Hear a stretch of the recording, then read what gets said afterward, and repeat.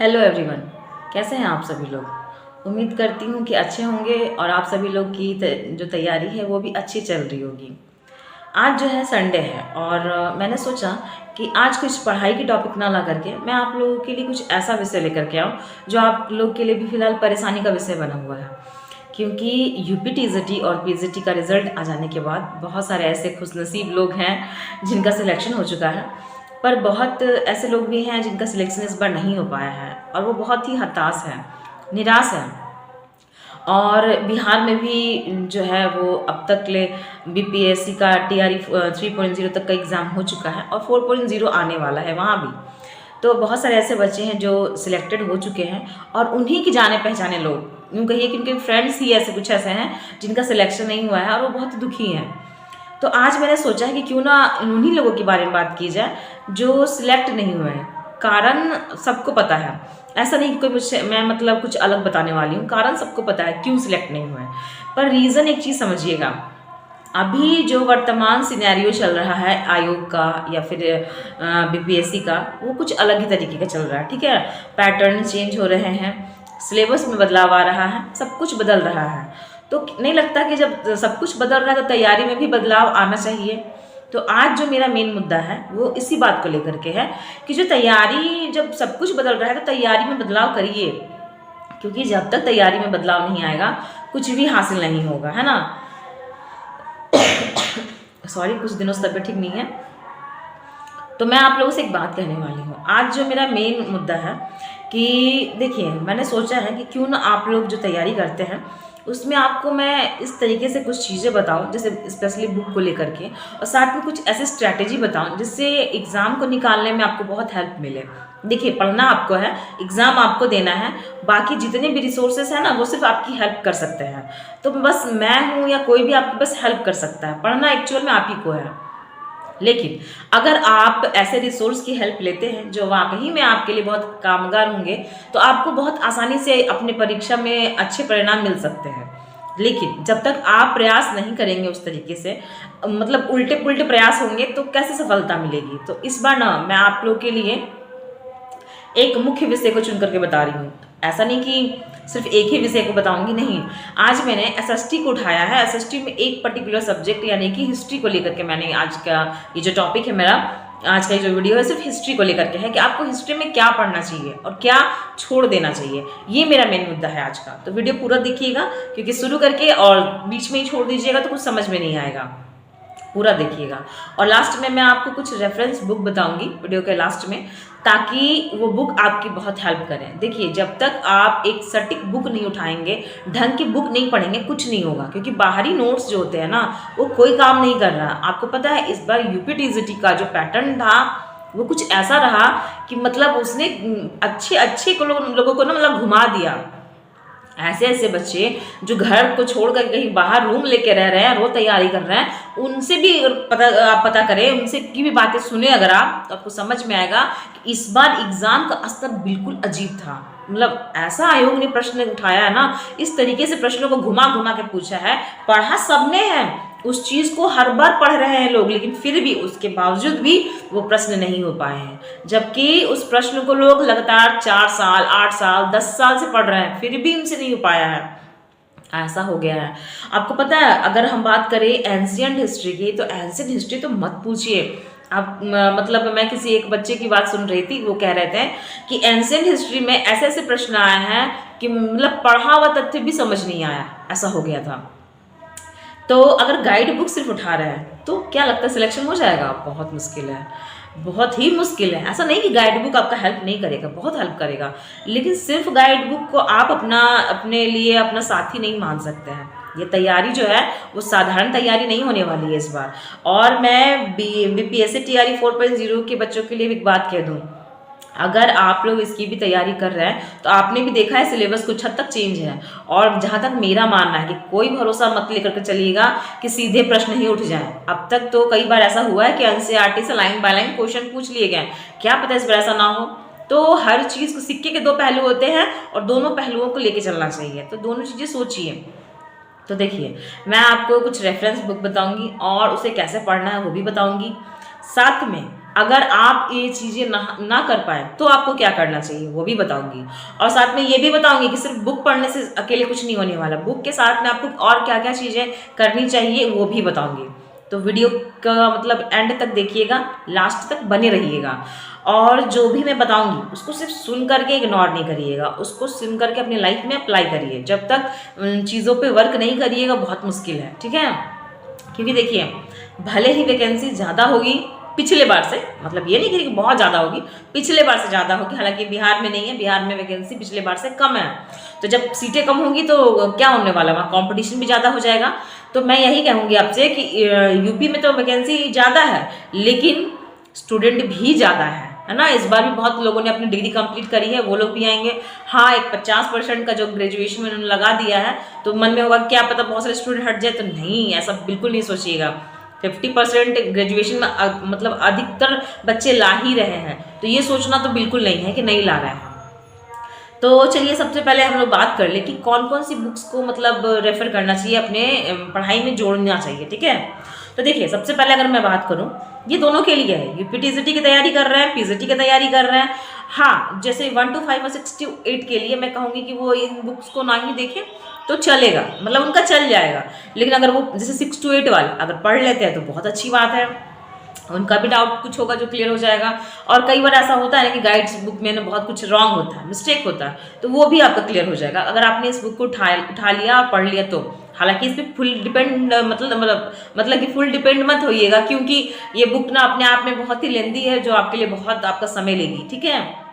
तो ये सिर्फ 6 to 8 वाले के लिए मैं कह रही हूँ, और 1 to 5 वाले के लिए कह रही हूँ। ये टीजीटी वाले लोग के लिए नहीं कह रही, और ना ही पीजीटी वालों के लिए। पीजीटी वाले तो विशेष करके इस बात को समझिएगा, आपको मूल किताबें पढ़नी ही पड़ेंगी। अगर आप सिर्फ गाइड बुक पे डिपेंड है तो बहुत मुश्किल है, क्योंकि अब आयोग का प्रश्न पूछने का तरीका बिल्कुल अलग होता जा रहा है। और हो सकता है कि इस बार जो प्रश्न हो उनके और कठिनाई वाले आ जाए, तो उसके हिसाब से आपको तैयारी करनी होगी, ठीक है। तो चलिए, अगर मैं बात करूं एंशिएंट हिस्ट्री में, तो देखिए एंशिएंट हिस्ट्री में जो सबसे फेमस बुक आर्य शर्मा की आती है, ठीक है। हालांकि इनके अलावा आप झा एन श्रीमानी की बुक ले सकते हैं, उपेंद्र सिंह की बुक ले सकते हैं, लेकिन उपेंद्र सिंह की जो बुक है ना बहुत डेप्थ में हो जाती है, वो रिसर्च वाले स्टूडेंट के लिए ज़्यादा हो जाती है। तो आप जो मेरे हिसाब से जो आपका मुख्य बुक होनी चाहिए, जिसको आप अपने स्टडी में शामिल कर सकते हैं, वो होनी चाहिए आर्य शर्मा की बुक, ठीक है। आप एंशिएंट हिस्ट्री के लिए इसे उठा लीजिए।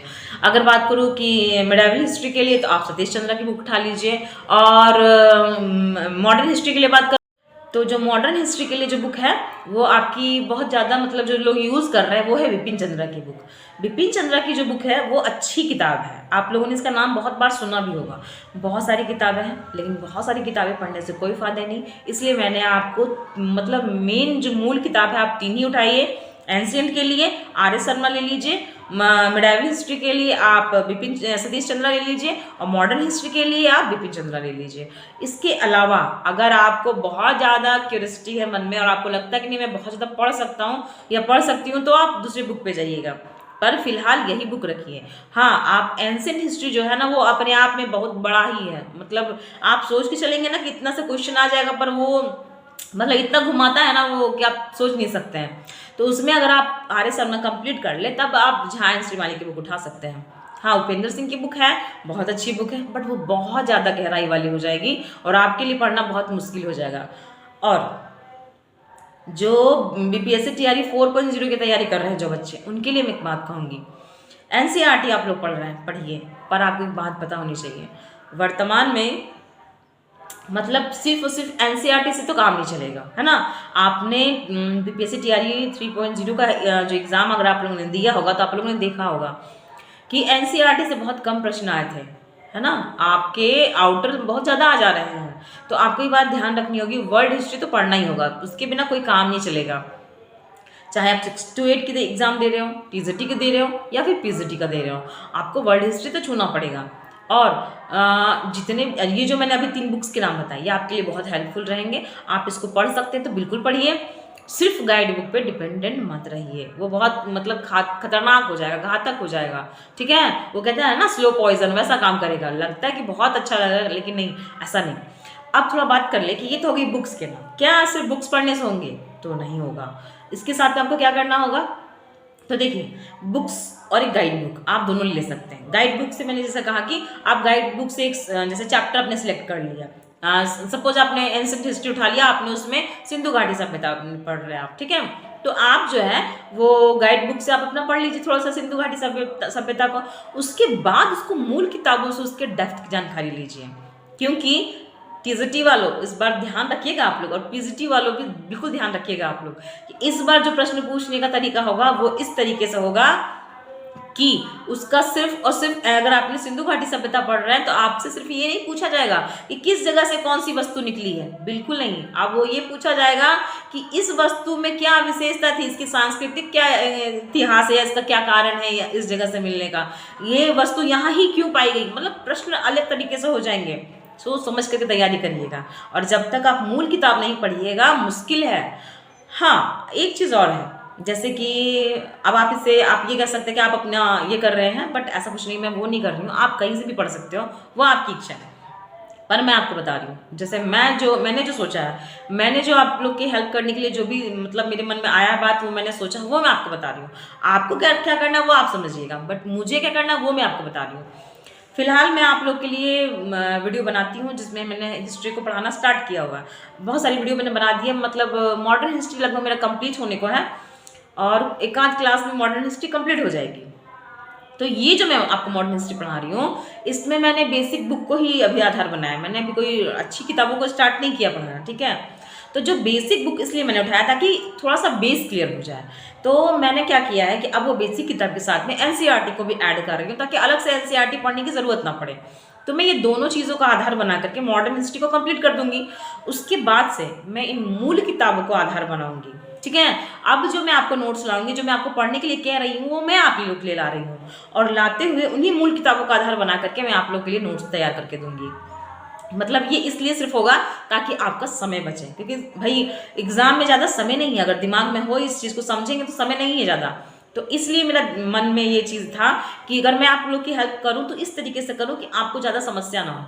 तो अगर आपने मेरे इस चैनल को सब्सक्राइब नहीं किया है तो कर लीजिए, अगर आपको लगता है कि हेल्पफुल है, आपके आने वाले एग्जाम में आपकी मदद हो सकती है इससे, तो जरूर कर लीजिए। क्योंकि अब जो मैं आपके लिए फैक्ट्स लाऊंगी, और मैं सिर्फ फैक्ट नहीं लाऊंगी, साथ में आपको उसी से आधारित प्रश्न भी लाऊंगी, ताकि आप उस चीज़ को पढ़ें और आप प्रश्न भी कर ले साथ में, ताकि आपका जो तैयारी भी हो जाए और रिवीजन भी हो जाए, ठीक है। और जो अगला क्लास लाऊंगी, मतलब अभी 1-2 क्लास मॉडर्न हिस्ट्री कंप्लीट करने के बाद ही मैं इस चीज़ को सोच रही हूँ करने का, ठीक है। तो जब मैं अगला क्लास उसके बाद लाऊंगी ना, तो मैंने ये सोचा है कि मेरे मतलब क्लास में ये चीज़ जरूर होना चाहिए कि पहला फैक्ट, दूसरा एमसीक्यू, और तीसरा प्रीवियस रिवीजन। समझ गए, मतलब पीछे जो पढ़ा दिया है उसे भी नहीं भूलना है, वरना भूल गए तो बड़ा गड़बड़ है, कोई फायदा नहीं होगा। आगे पढ़ेंगे पीछे भूलेंगे, तो ये नहीं होना चाहिए। आगे जो पढ़ा उसे याद रखना ही है, उसे भूलना नहीं है। तो मेरा मतलब तरीका यही है, ये 3 चीज़ों को मैंने आधार बनाया हुआ है। पहला तो पढ़ाऊंगी मूल किताबों से ही, उसी से आपको फैक्ट्स दूंगी, नॉलेज दूंगी, यानी आपको नोट्स दूंगी एक तरीके से। तो नोट्स हो गए मूल किताब, दूसरा उसके पीवाईक्यूज होंगे उसी चैप्टर के, जिस चैप्टर को पढ़ाऊंगी उसी चैप्टर के पीवाईक्यूज होंगे, और पीवाईक्यूज न्यू पैटर्न, पुराना पैटर्न नहीं, अब वो चला गया तो अब उसका तो कोई मतलब ही नहीं बनता उस चीज़ को लेकर के आना, ठीक है। और तीसरा क्या होगा, तीसरा होगा प्रीवियस रिवीजन, प्रीवियस क्लास का रिवीजन, यानी रिवीजन से स्टार्ट करके एंड करूँगी। तो आप लोग जो है अगर वाकई तैयारी को अपनी मजबूत करना चाहते हैं, तो आप लोग ना मतलब बहुत ज़्यादा जगह पे भटकने का प्रयास मत करिएगा। कहने का मतलब है कि बहुत सारी किताबें मत उठाइए, बहुत ज़्यादा समय इधर मत गंवाइए। समय कम है इसलिए फोकस करिए मेन टारगेट को अपना। अगर आप सक्षम हैं खुद से मूल किताबें लेने के लिए, इस मतलब एग्ज़ाम नज़दीक है इस हिसाब से, तो आप वो खुद से कर सकते हैं, बहुत आसान से कर सकते हैं। पर अगर आपको लगता है कि कोई हेल्प मिल जाए, और आपको लगता है कि मेरी ओर से कोई हेल्प मिल सकती है, तो आप इस चैनल को सब्सक्राइब कर लीजिए। अगर आपको लगता है कहीं और से आपको हेल्प लेना है तो आप वो भी ले सकते हैं। बस मैंने आपको एक गाइड किया है कि अगर आप इस तरीके से तैयारी करेंगे तो आपके लिए एग्ज़ाम निकालना बहुत आसान हो जाएगा, ठीक है। तो आज का मेरा जो मेन उद्देश्य था यही था, चाहे आप बिहार से हो, चाहे यूपी से हो, जिस भी टीचिंग एग्ज़ाम की तैयारी कर रहे हो, और टीचिंग एग्ज़ाम का वैकेंसी भी और आने वाला है, इंतज़ार करिएगा। अभी और भी वैकेंसीज आने वाली हैं, सिर्फ यूपी और बिहार में नहीं, और भी स्टेट्स हैं, साथ में आपका EMRS भी है। तो तैयारी अपनी अच्छी रखिए, पकड़ मजबूत बना करके रखिए। और हाँ, जो लोग यूपी TGT PGT की तैयारी कर रहे हैं वो अपनी कमर कस लीजिए, क्योंकि आयोग इस बार प्रश्न अच्छे बनाने लगा है। ठीक है। तो फिर ठीक है, हम लोग आज आज के लिए मतलब मैं यही आपको जो मुझे बताना था वो मैंने आपको बता दिया। बस मैं आपसे यही कहूँगी कि अगर आप लोग मूल किताबों का सहारा लेते हैं तो आप लोग के लिए बहुत अच्छा होगा, और अगर आप चाहते हैं कि मैं भी आपको हेल्प करूँ तो फिर आप हमारे साथ जुड़ सकते हैं, जुड़ करके अपनी तैयारी कर सकते हैं। अभी तो फिलहाल मैंने हिस्ट्री की क्लास स्टार्ट करी है, पर मेरा धीरे धीरे प्रयास है कि मैं और सब्जेक्ट को भी मतलब कंप्लीट करवाऊँ, और वो भी मूल किताबों से ही। अब गाइड्स नहीं, गाइड काम मतलब नहीं करेगी, ठीक है। तो अब अच्छी किताबों का सहारा लेना बहुत ज़रूरी है। तो चलिए मिलते हैं अब अगले दिन अपने क्लास के साथ में। मॉडर्न हिस्ट्री को कंप्लीट करने के बाद मूल किताबों पर आते हैं। फिलहाल सिर्फ बेसिक बुक और एनसीईआरटी इसको कंप्लीट करते हैं, ठीक है। मिलते हैं अगले क्लास में।